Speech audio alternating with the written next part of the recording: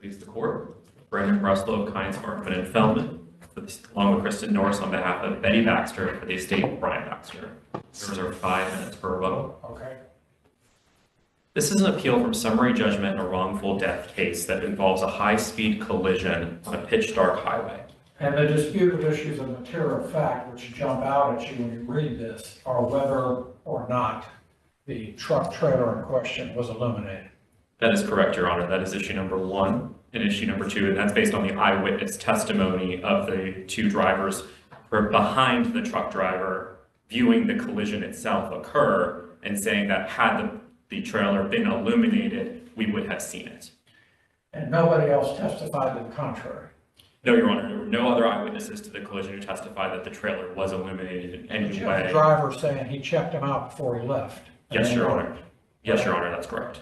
And even if they did work in the parking lot before he left, that doesn't mean they were working when this happened.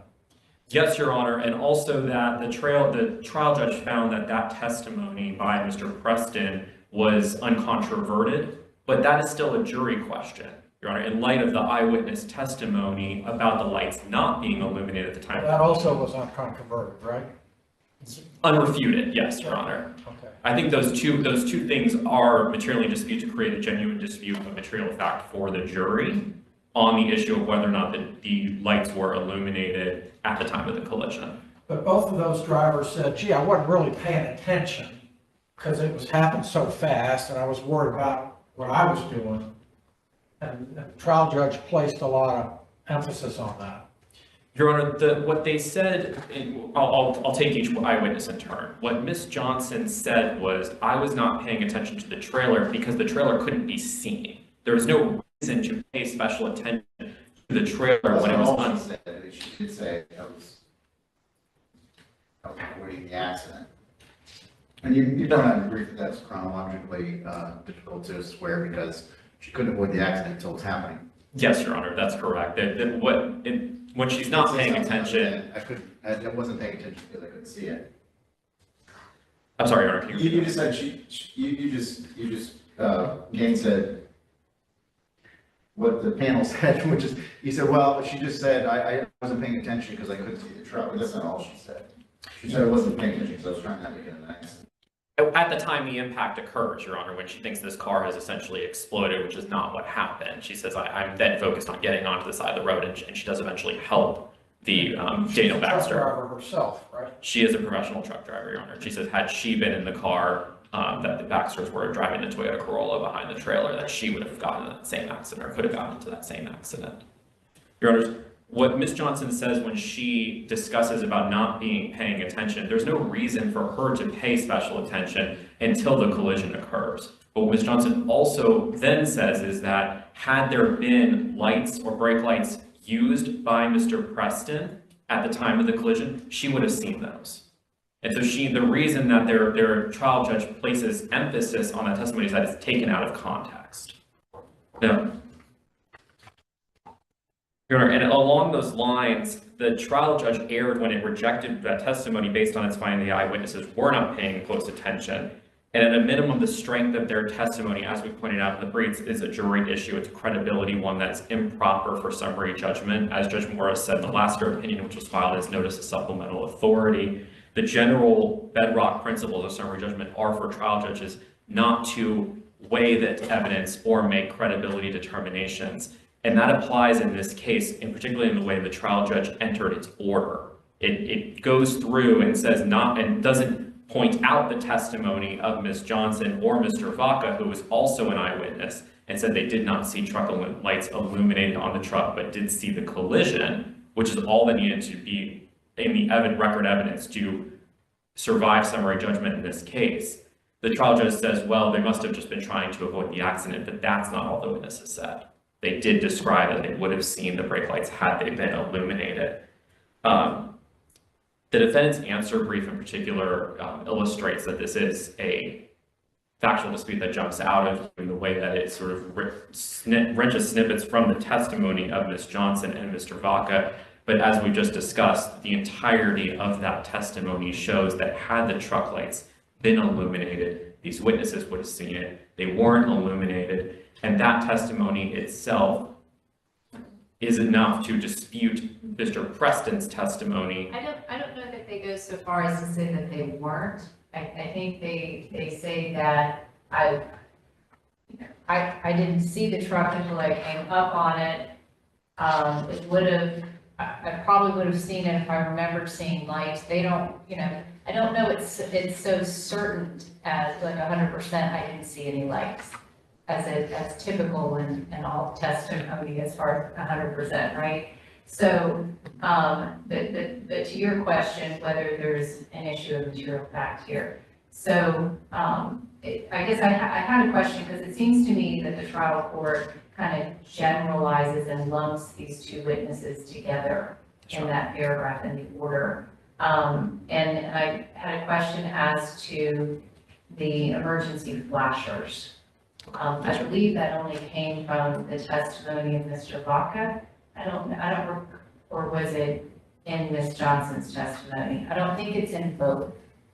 Your Honor, there was testimony and questions about whether the emergency flashers were engaged after the collision occurred, and there was also a dispute below about whether the emergency flashers should have been engaged as the collision occurred or as Mr. Preston was coming up. And that's very different than what we're talking about here, which are the actual brake lights, correct? Yes, Your Honor, the law that requires that the tractor trailer have both engaged brake lights and tail lamps But at there the is time no law period. that requires these hazard lights to be put on. As far as we know, Your Honor, there's nothing in the Federal Carrier Act that was part of different negligence claims or different negligence theories brought below, but that's not an issue of general negligence Unfortunately, here. the evidence that the deceased didn't slow down until just before the crash seems to support the inference that there were no lights, doesn't it? Yes, sir. Well, unfortunately, you use that, yes, Your Honor. That's unfortunate for the It's circumstances. terrible, but, I mean, the evidence is he braked at the last minute. The last 1.5 seconds before collision. In the dark and in inclement weather. Yes, and that's entirely a reasonable inference that a jury could find in the favor of the Baxters on their claim of negligence, because if in the pitch dark, the brake lights would have turned on in at least 5 seconds, given them the notice that they needed. But also, Your Honor, that proceeds to the second theory of negligence here about how Mr. Preston did operate his motor vehicle leading up to the accident, sort of even if the brake lights were illuminated, which we don't contend they were. So on that one, to rebut the presumption, you need evidence of negligence. On the lead driver's part. Yeah. So what cases can you point me to that support under these facts? Which I understand, and I'll be a crude summation. You're the better advocate, so you could correct me. The facts are he should have slowly applied the brakes instead of letting off the gas.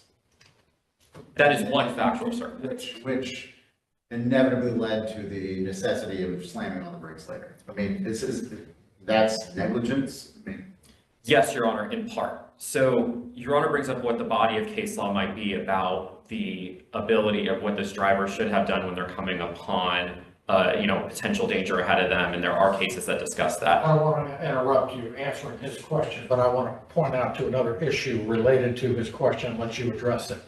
If you let off the gas of a vehicle, you're not hitting brake lights. Yes, Your Honor, you're That's not. the danger of slowing down. Cruise controls are like that. Just taking your foot off the gas is like that. The driver to the rear is not warned because they don't see brake lights. That could be what happened in this case, which is why no brake lights were seen, because he attempted to slow down, not by using his brakes, but by taking his foot off the gas. Exactly, Your Honor. And in context, right, this is a 80,000-pound tractor trailer and driving in front of a Toyota Corolla. The witness testimony, I believe it was Ms. Johnson, said you didn't see the vehicle that was in front of the trailer driving behind the trailer that eventually goes into the road because of the sheer size, well, also it's pitch dark, but the sheer size of the tractor trailer that Mr. Preston's driving. So the fact that no brake lights over the course of 8 seconds of coasting were used by Mr. Preston, had they even been working, would have given warning to Mr. Daniel Baxter driving the Corolla for them to be able to know that there might be some danger ahead of them, which Mr. Preston knew over 8 seconds. The negligence here in how Mr. Preston operates is that, and this is shown from the dash cam footage in conjunction with Mr. Preston's own testimony, is that he knows he needs to slow down. He knows he needs to do something because there was a danger ahead of him. And instead, thinking that his coasting would bring him down to 15, 20 miles per hour fewer than he was going at that point. Miles an hour or 70 or something like that, isn't it? He was, sorry, Ryan. On the dash, whatever it is on the dash cam. He's starting at 68 miles per hour once he's coasting, but his truck, also the evidence in the record is that his truck tops out at 70 miles per hour. I mean, he is going as fast, almost as fast as his truck would allow him to go on the highway. And then thinking that he knows that coasting should reduce his rate to 15 or 20 miles per hour. He also said, though, which is concerning, that he was really focused on trying to avoid the vehicle pulling out in front of him. It never occurred to him that there was going to be any issue with vehicles behind him. Absolutely, Your I thought Honor. that was a very surprising statement for a truck driver to make. A truck driver with over 20 years of experience and driving 2 million miles on the record is what he explained. It is very concerning, Your Honor. I mean, Burge, the Florida Supreme Court decision that we believe controls this case, it should control this case, in terms of the comparative negligence aspects of this, talks not just about the duty drivers owe to the cars in front of them, but also to the drivers behind them.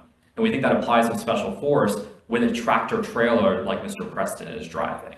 They're driving, I mean, as we said, the tractor trailer controls the line of vision of the cars behind them.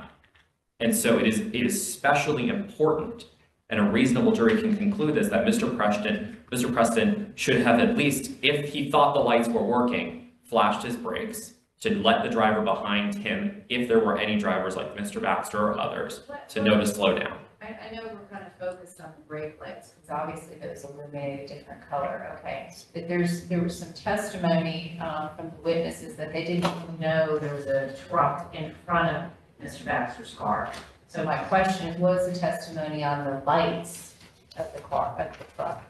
So, Your Honor, actually, I was going to go back to that because in Ms. Johnson's testimony, I'm looking at pages 841 to, just make sure I'm doing this one, sorry, 811 to 813 of the record of Ms. Johnson's testimony. She does say, I didn't see any lights whatsoever. I didn't see any brake lights when the car hit the back of the truck. So the testimony there is that if there were no brake lights, I didn't see any lights whatsoever would also include tail lights.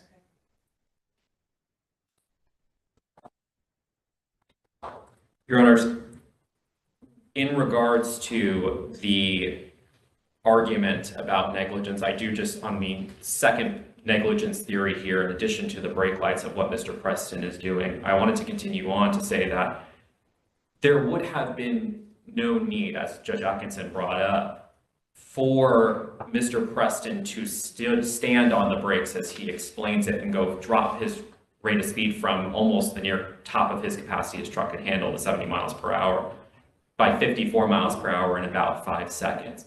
You know, the tough part about focusing on his behavior is we're looking at a window of seconds, right? It's about 10 seconds. Your Honor, in total, it's about 13, and I don't mean to parse hairs here. Okay, so I'll go with 13.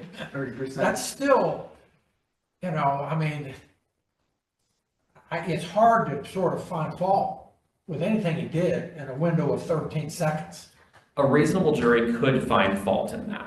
And the Let me reason, ask you, so sorry to interrupt you, but it could find fault. I know what, I'm looking at an expert from Burge, you know, I know it says, you know, evidence from which a jury could conclude the front driver was negligent. I mean, but you're overcoming a presumption. I mean, you just need just something that the jury could find by a bare preponderance, could prove negligence, and they could say it. The presumption's over. Is rebutted? Your Honor, no. Your Honor, no. There's not the issue as Burge and argued in the briefs and explaining the briefs. Burge is about the presumption dissipating if there is evidence of negligence, any evidence of negligence by the lead driver. There are the cases that discuss the issue of overcoming the presumption of rear-end negligence by some cases about whether it might be an illegal stop, or in this case, the presumption is, we believe the presumption. Is there some sort of reasonable explanation though as to why they weren't negligent? Your Honor, no, not under Birch, not under Birch. The presumption does not need to be overcome as in prior case law pre-Birch, the cases that are used by the defendant's answer brief. It's the fact or evidence of negligence by the lead driver, in this case, Mr. Preston, where the presumption dissipates altogether. I think I understand the distinction you're making. In other words, maybe I missed up, but I didn't mean to say that a bare preponderance and then the presumption of negligence on the rear driver goes away. You're saying that all we have to focus on is that if the front driver was negligent at all, it's a jury question because it eats into the 100% fault of the rear driver. Absolutely, Your Honor. And that's actually... My question is, how do you get there? Is it just like I mean, I guess I've got to take it at face value. If any juror could say, yeah, you were a little tiny bit negligent, then it goes to the jury? Yes, Your Honor, that's the comparative negligence scheme that operates in this case. Is there some world in which in these 13 seconds we could find some sort of misjudgment on your part and you breached a duty to your rear driver, then we go to the jury? Well, that's the negligence claim, Your Honor, that under the comparative negligence scheme that is applied in Verge, as applied in other negligence cases, and it doesn't have to be just any world of facts, right? There's been evidence presented here from which a reasonable jury can conclude that Mr. Preston was negligent because he views the scenario in front of him as a danger, knows he needs to reduce his speed, and doesn't do so. Now, we know his truck can reduce that speed because he's standing on the brakes, as he puts it, over the course of 5 seconds, or that he just should have flashed his brake lights and given warning to the Baxter's Corolla behind him that they needed to be aware of a potential danger ahead of him. It's possible, the record does not descend into these details of what the Baxters could have done if they saw the brake lights and slowed down those cars, but frankly, the inference from this case goes back to the prime negligence theory here, which is that Mr. Preston was operating an 80,000-pound tractor trailer without his brake lights or tail lamps being illuminated. And that was sufficient, and there was no basis for the trial court to find otherwise, because that's improper on summary judgment. Everything the trial court pointed to was the weighing of evidence and credibility issues that ultimately go to a jury. The jury has jury instructions that decide whether... You're starting to encroach on your rebuttal time, but it's your time. I just want to warn you. I appreciate that, Your Honor.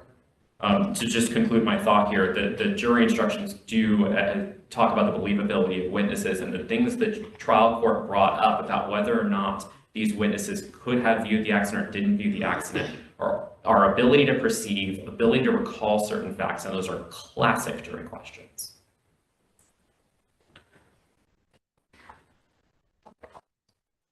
Your Honor, I will save the remainder of my argument for rebuttal, but I will just say that the evidence, if we believe the evidence presented by the state in this case is sufficient and viewed in its favor as the law required, would show that Preston either failed to ensure that the trailer was illuminated or failed to decelerate his 40-ton truck in a controlled and effective manner after identifying the dangerous hazard ahead of him.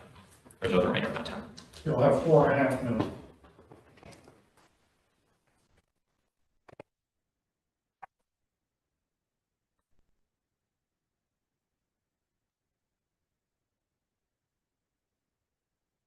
Good morning, Your Honor. May it please the court. My name is Michael DeLugo from the law firm of Whipper Smith in Orlando, and I represent Vanessia Trucking and Mr. Preston.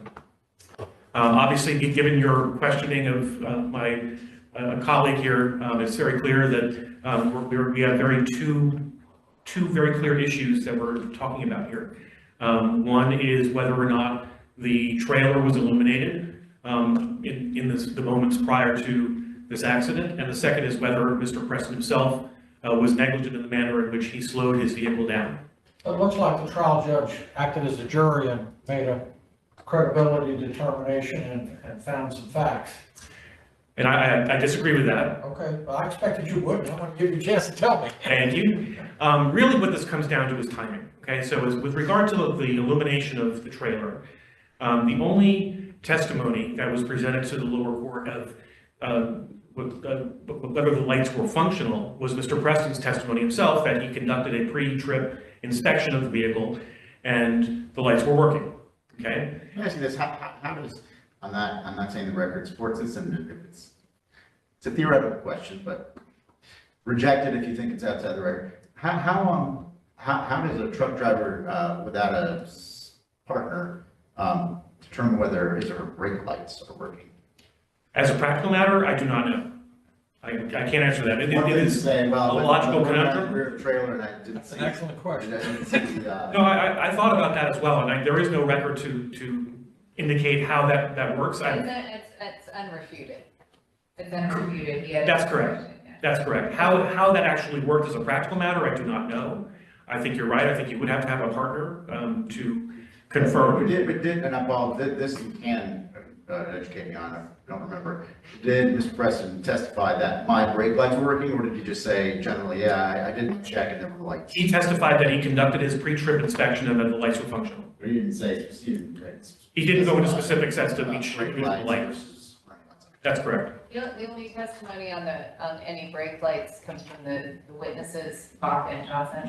Is that right? The only, yes, so Okay. getting back, I'm sorry, go ahead. Yeah, well, I'm focused on paragraph 16 of the order, because it seems to me that the trial court makes this overgeneralized statement lumping the deposition testimony of these two eyewitnesses, and then focuses on the emergency flashers and ignores their testimony about brake lights during the accident. So help me out how the court didn't do what I just said it did. Sure. So the issue really comes down to timing, okay?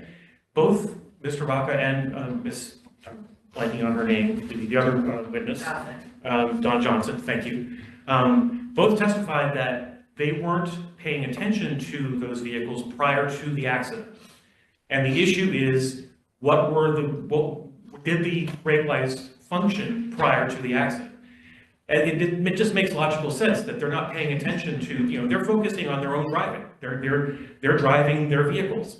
And Ms. Johnson said that she didn't know what was happening until it happened. So, and Mr.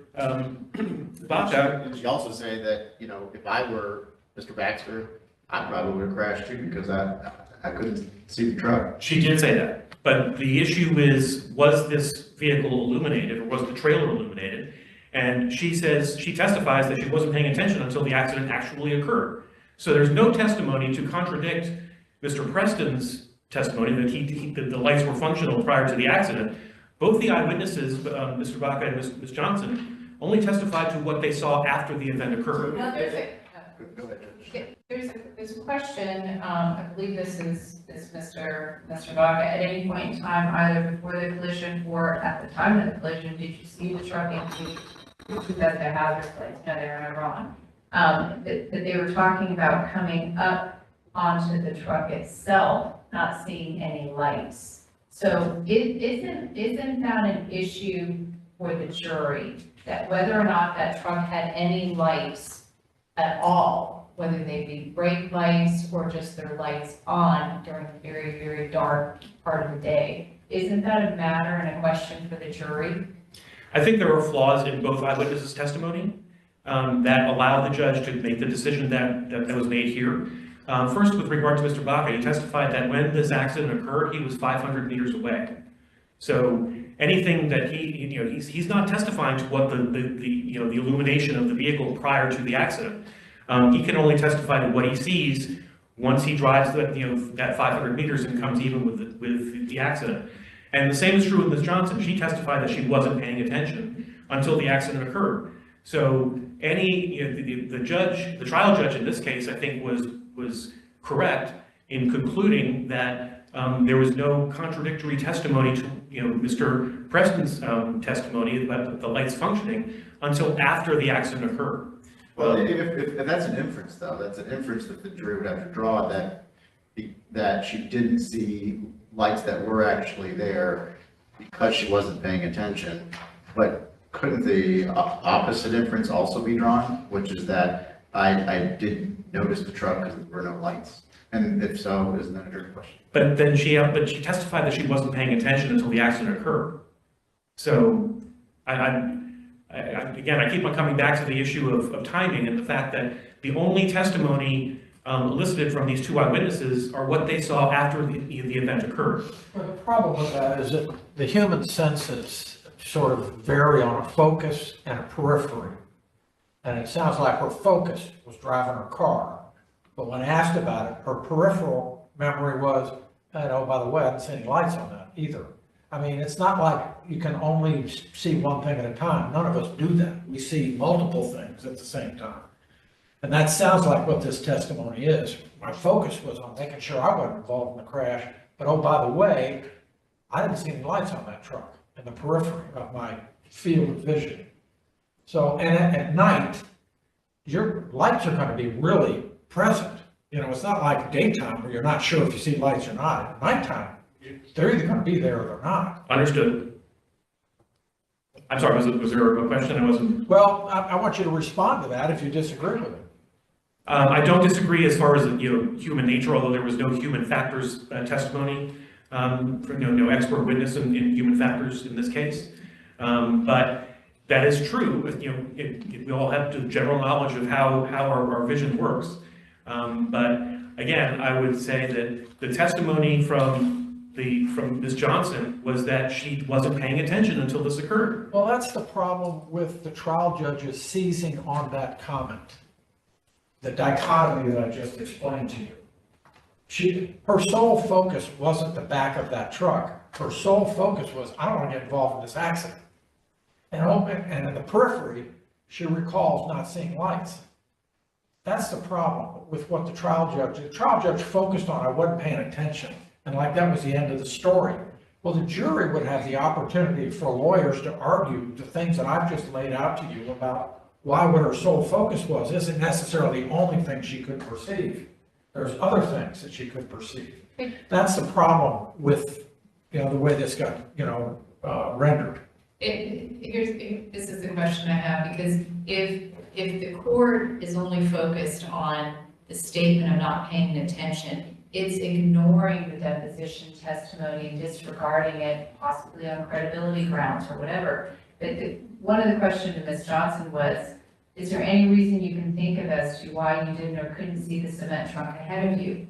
No, I would notice if someone put on their brakes or anything. And so, I mean, there's an explanation there as to why she might not have seen the lights, because there was no brake lights that were engaged. And so isn't that something that the court missed in its findings and ignored and focused more on one part of the deposition testimony? Because that is a fact, would you not agree? That would be, let's say we don't have paying attention, isn't that an issue that should have gone to the jury? And obviously, I mean, advocating my client's position, I would say no. But if someone should engage if someone's supposed to engage their brake lights in something like this, and is that negligence on the part of the cement truck driver? That should have gone to the jury to determine whether that driver was negligent or not. Okay, is the question whether or not the truck driver was negligent in the manner in which he operated the vehicle, or in the mere fact that the assertion that there were no brake lights that were functioning at the time? Well, either one of those. Okay, well, either one of those. So if the testimony, if the inferences that are being drawn are that the brake lights were not functioning at the time, I would argue that testimony is, that the judge, I think, came to the proper conclusion just based upon the fact that, and I understand Judge Morris's statement with regard to peripheral vision and seeing things not, what you're focused on.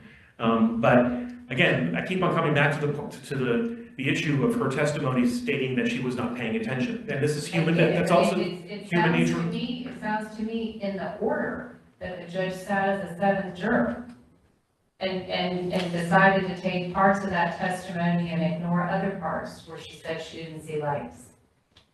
And I respectfully disagree. Yeah, I understand. It's important that, my knowledge of the record is not comprehensive, but that she always the witnesses qualified their lack of attention. I wasn't really paying too much attention. And even the judge, in one of its findings, the trial court said it wasn't paying close attention. I don't think that, I don't think the court made a finding that they were completely oblivious. Should we take that?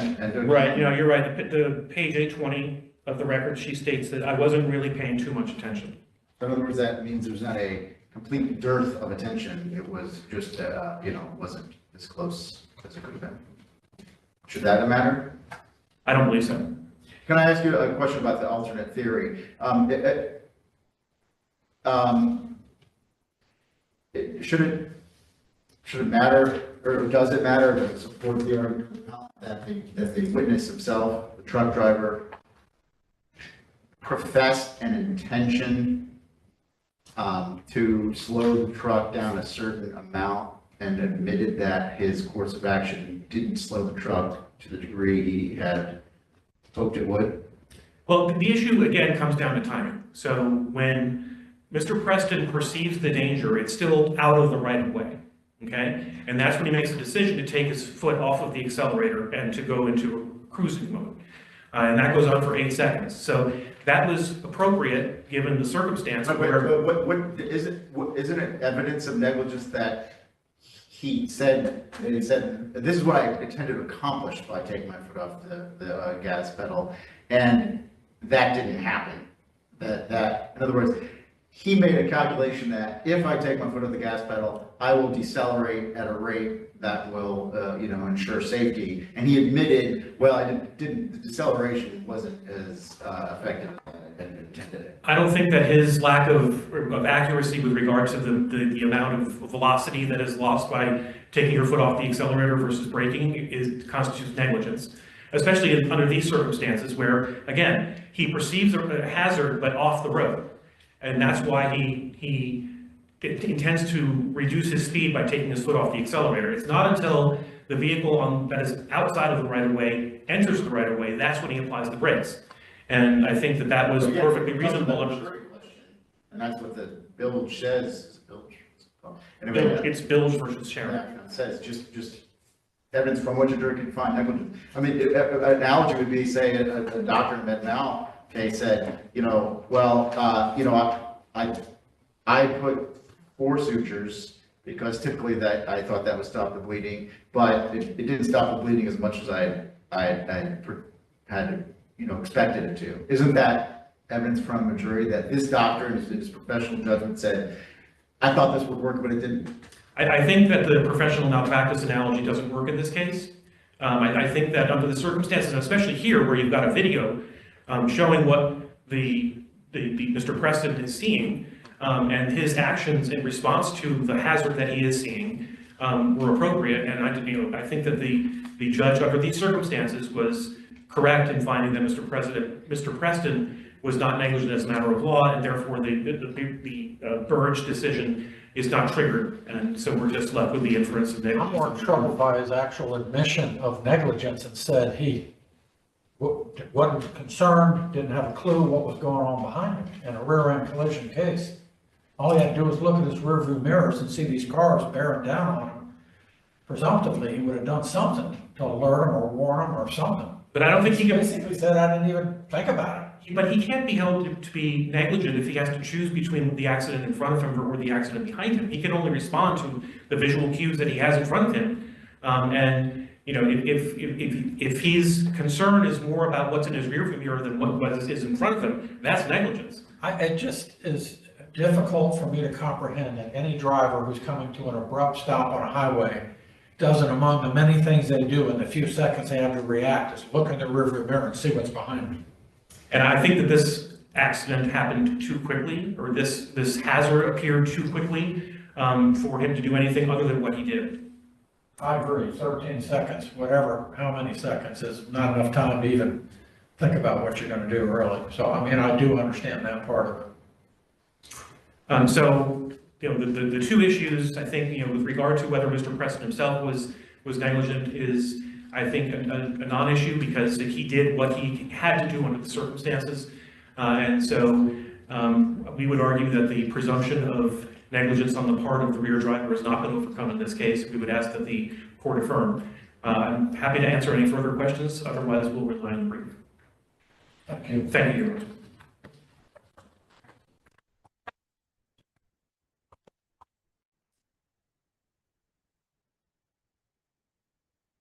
Please support. Sir. Thank you, Your Honor. Your Honor, there's three reversible errors in this case, and the court has a firm grasp on the facts. The first being that the trial court weighed the testimony of the eyewitnesses and sat, as Judge Smith said, as a seventh juror. And that was improper under the bedrock principle of summary judgment. This has operated in a new standard, and that's explained in the last opinion filed by us as supplemental authority.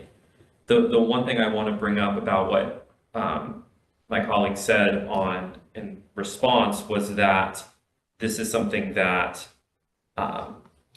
there's flaws in the eyewitness testimony, and I think that speaks for itself in showing that these are credibility determinations that should have been for a juror, they weren't for a judge, and the flaws are just, they're not even that. They're qualifications made in the course of deposition testimony that the trial judge failed to consider in the entirety of the context, in particular the statements by Ms. Johnson that she would have seen brake lights had they been illuminated. The theory of negligence that this tractor trailer was driving in a pitch dark highway without tail lamps, without brake lights, in the dark. It's a classic negligence question for a jury and one that should have survived summary judgment. The second reversible error was the judge's finding that this driver acted admirably. That's what the order says, and that this stop was sudden. But there were calculated moves by Mr. Preston explained in his deposition testimony, as Judge Atkinson brought up in questioning to my colleague here about what Mr. Preston thought should have been done in the time period. And that testimony, taken in conjunction with the dash cam footage, is also sufficient evidence for a reasonable jury to find that even if the brake lights were working, the testimony unrefuted is that they weren't. Even if they were, they should have been used to alert the Corolla behind him that the Baxters were driving in, or that he should have operated his tractor trailer in a slow and controlled manner in order not to stop. The argument that my colleague made was that he can't be held, Mr. Preston can't be held responsible for avoiding the crash ahead of him and also avoid the crash behind him, but the Supreme Court has said otherwise. There's a duty not just to lead drive, to make sure that there aren't incidents of negligence to drivers ahead of someone, but also to the drivers behind him. And Mr. Preston pointed out that he wasn't even concerned with the drivers behind him. And that's what happened in this case, is that lack of concern is what led the Baxters to a sudden impact with the back of the tractor trailer. The final reversible error in this case is the misapplication of the presumption of rear end negligence. The trial judge's order itself says that essentially what the plaintiff must prove is the lack of any negligence on their part, but we are in a comparative negligence scheme, and that's what Burge applies. So for those reasons, we ask the court to reverse and remand for a trial on the merits. Thank you. Thank you. Thank you both very much. It's a tragedy in this case, but you both did a fine job arguing. I appreciate it. Thank you, Mark.